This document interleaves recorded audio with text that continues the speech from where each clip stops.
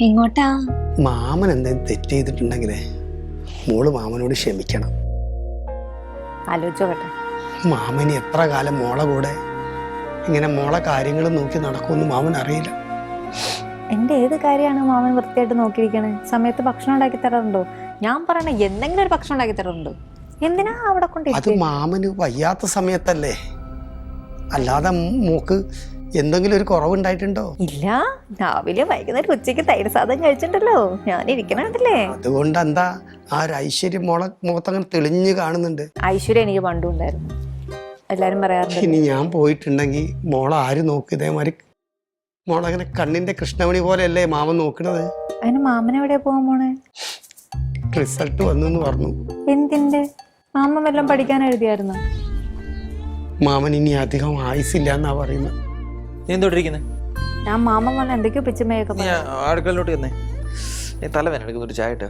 മാമൻ എന്താ പറഞ്ഞു? വേണ്ട, അയാളോട്ടിരിക്കട്ടെ, നീച്ചല്ലേ നിന്നിച്ചിട്ട്. എന്നാലും മാമൻ എന്താ പറഞ്ഞു? അല്ല അത് എന്താണ് ദൂര വല്ലപ്പോഴും പറയണ ഞാൻ ചെയ്തു തരാം. വേണ്ട, എന്നോടാരോ ഇതെല്ലാം കൂടെ ഇവിടെ വിശദീകരിക്കാൻ പറഞ്ഞത്? ഒറ്റ ഒരെണ്ണം തന്നുണ്ടല്ലോ, ഇതെല്ലാം കൂടെ വിശദീകരിക്കുക. ഇതെന്തോ ന്യൂസ് പേപ്പറോ? മോനെ ചില കുടുംബശ്രീ പെണ്ണുങ്ങളുടെ കൂട്ട് വന്നിരുന്ന തുടങ്ങിക്കോണം. ഇനി പറഞ്ഞാൽ എന്താ, പറഞ്ഞില്ല എന്താ, എണ്ണി തീരാവുന്ന ദിവസങ്ങൾ മാത്രം. എന്തെല്ലാം എണ്ണ ഉള്ള ഭാഗ്യം എത്ര പേർക്കില്ല. നിങ്ങൾക്ക് എണ്ണ ഉള്ള ഭാഗ്യമെങ്കിലും ഉണ്ട്, ഒന്ന് ഓർത്ത് നോക്ക്. ഞാൻ ആലോചിക്കുക, എന്തെല്ലാം ആഗ്രഹങ്ങളായിട്ടായിരുന്നു അറിയോ ഈ വീട്ടിലേക്ക് ഞാൻ വലത് കാലം വെച്ച് കയറിയത്. എല്ലാം ഇങ്ങനെ ഒരു ദിവസം കൊണ്ട് മാറി മറിഞ്ഞല്ലോ. വിഷമിക്കണ്ട, ചാൻസ് ഉണ്ടാ? 4 അടി താത്ത എന്തായാലും കുഴിച്ചിടണം. ഇത്ര നല്ല മഴ പെയ്താൽ പോലും നിൽക്കാത്ത കോൺക്രീറ്റിൽ മണ്ട പോയ തെങ്ങിനാണ് ഞാൻ വെള്ളം കോരിയത്. എന്തെല്ലാം സ്വപ്നങ്ങളാണെന്നോ, ഏതെല്ലാം മോഹങ്ങളാണെന്നോ, നാടകം പൂക്കണം, നാലാളെ കൂട്ടണം. എന്തു പറ്റി എടോ? എന്നെ പറ്റി തനിക്ക്? താൻ ഇനി 47 ഒരു 50 വയസ്സ് എനിക്ക് തരണ്ട, താൻ വെച്ചോ. അല്ലേലും ഞാൻ അത് തരത്തില്ല. ചത്ത കിളിക്ക് എന്തിനാ ഇനി താൻ ചാവാൻ പോവാ? റിസൾട്ട് വന്ന് താനും സാക്ഷരതാ മിഷന്റെ 10ാം ക്ലാസ് പരീക്ഷ എഴുതി അല്ലേ? ഞാൻ അന്നേ പറഞ്ഞതാ തനിക്ക് ഇച്ചിരി വിദ്യാഭ്യാസത്തിന്റെ കുറവുണ്ട്. നന്നായി. അതൊന്നുമല്ല.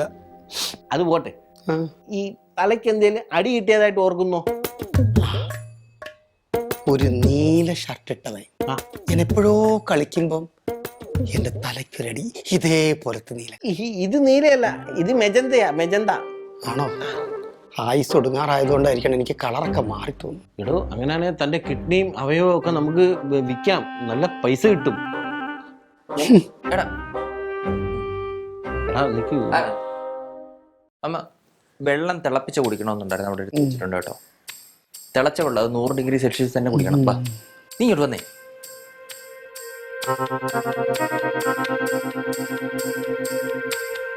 ഞാൻ അടുത്തെന്താ പറഞ്ഞോണ്ടിരിക്കുവായിരുന്നു?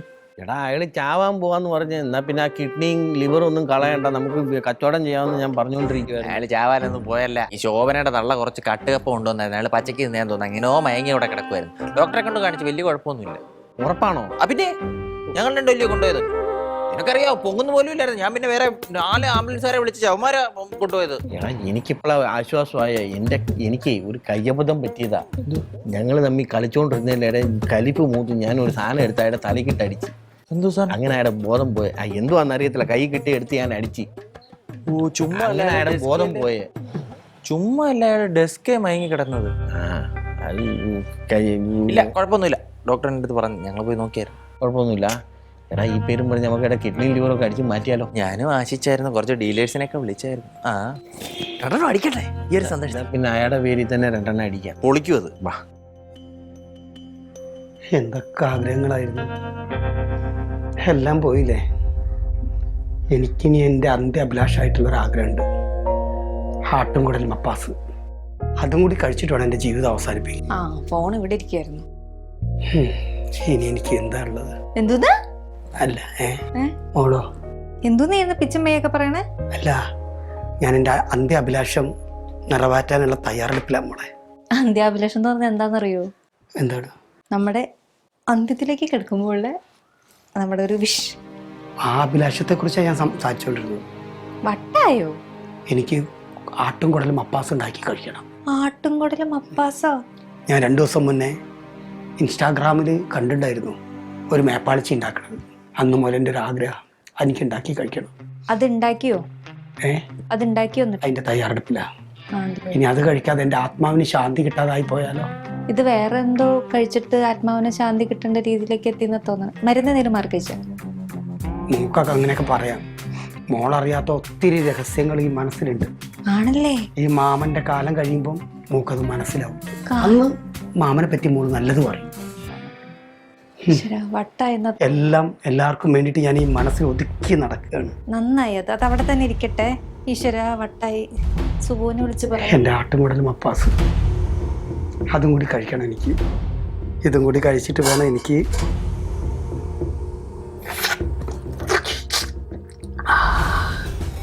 ആ ചൈനക്കാരി പറഞ്ഞ പോലെ തന്നെ ഇതായിരുന്നു എൻ്റെ ഒരു വലിയൊരു ആഗ്രഹം. തിളക്കട്ടെ.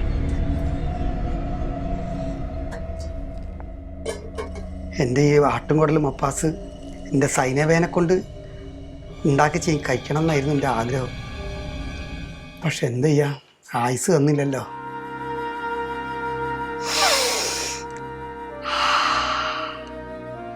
ഓ, ഇതിൻ്റെയൊക്കെ മണം കട്ടുമ്പോഴാണ് ഇത്ര പെട്ടെന്ന് ചാവണ്ടിയില്ലായിരുന്നു എന്ന് വിചാരിക്കുന്നത്.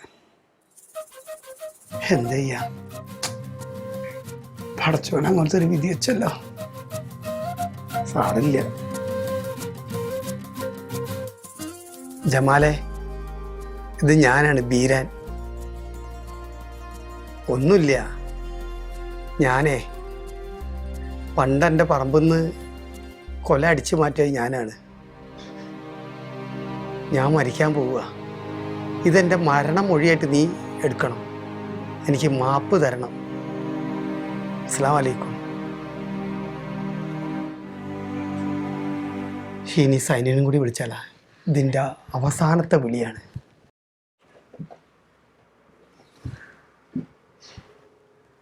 ഹലോ സൈനു. സൈനു ഇക്കെന്തിനാ കരയുന്നേ? ഇക്ക മരിക്കാൻ പോവാടി. ഇക്ക മരിക്കാറായോ? അല്ല, ഇക്കൻ്റെ തലയ്ക്ക് എന്തോ വലിയൊരു മാരക അസുഖം വന്നിക്കുന്നു. എന്താന്നറിയില്ല. ഇക്കൻ്റെ തലച്ചോറ് ആകെ ഇങ്ങനെ വൈറസ് തിന്നുകൊണ്ട് നിൽക്കുക. അതിനിക്കാക്ക് തലച്ചോറുണ്ടായിരുന്നോ? ഈ ഊണിനിടക്ക് പുട്ടച്ചോറ് നടത്തേ. ഓ ഇക്ക, ഇനി 10% കൂടി ഉള്ളൂ ഇക്കൻ്റെ ജീവൻ. ഇനി എണ്ണി പറയാൻ മാത്രം ദിവസമുള്ളൂ. സുപ്ലമോൻ പറഞ്ഞ് റിസൾട്ട് കിട്ടി, അതിന് കംപ്ലീറ്റ് അങ്ങനെയാന്ന് പറയുന്നത്. എന്തൊക്കെ പറയുന്നേ? ഇങ്ങനെ കരയാതെ. എനിക്ക് മോളെ കാണണമെന്നുണ്ടായിരുന്നു. ഒരു കാര്യം ചെയ്, ഇക്ക റിസൾട്ടിന്റെ ഫോട്ടോ എനിക്ക് അയച്ചതാ, ഞാൻ നോക്കട്ടെ. ഓ, അതിനെന്താ, എൻ്റെ ഉണ്ട്. ഫോട്ടോ അല്ല, നിന്റെ ഫോട്ടോ വരെ ഞാൻ എനിക്കെടുത്ത് അയച്ചു തരൂ. അതൊക്കെ പിന്നെ ഇക്ക അതിന്റെ ഫോട്ടോ എടുത്ത് അയച്ചേ. ഇപ്പൊ തരാട്ടോ.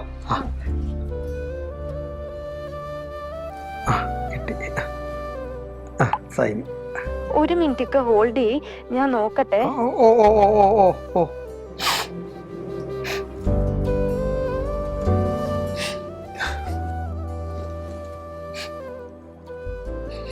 ഹലോ ഇക്ക.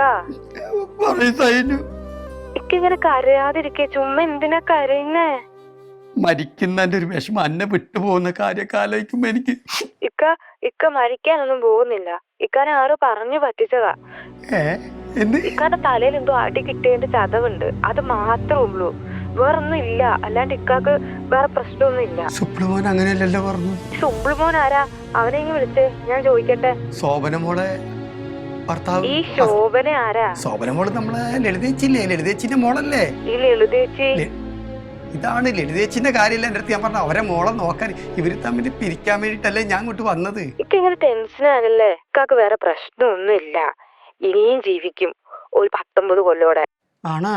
ഒന്ന് വെച്ചിട്ട് പോയേക്ക, ചുമ്മാ ഇരുന്ന് കരയാതെ. സൈനു, സൈനു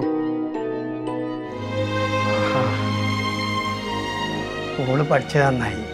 അപ്പോ ഓൻ നമ്മളെ പറ്റിച്ചതാണ്. എൻ്റെ ജീവിതം വെച്ചിട്ട് അവൻ കളിച്ചത്. ഓന് ഞാൻ കൊടുക്കുന്നുണ്ട് അവസാനത്തെ ഒരു പണി. എടാ സുബ്ലു, നിന്നെ ഞാൻ ശരിയാക്കി തരാം. നീ എൻ്റെ ജീവിതത്തിൽ തൊട്ട് കളിച്ച് അല്ലേ? നീ ഒരു മാസം നീ കക്കൂസ് നിണിക്കാത്ത പണി ഞാൻ കാണിച്ചു തരാം. സുബ്ലു മോനെ,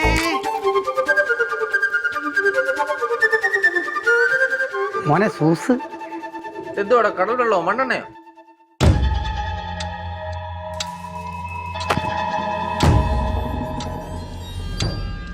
ഈശ്വര,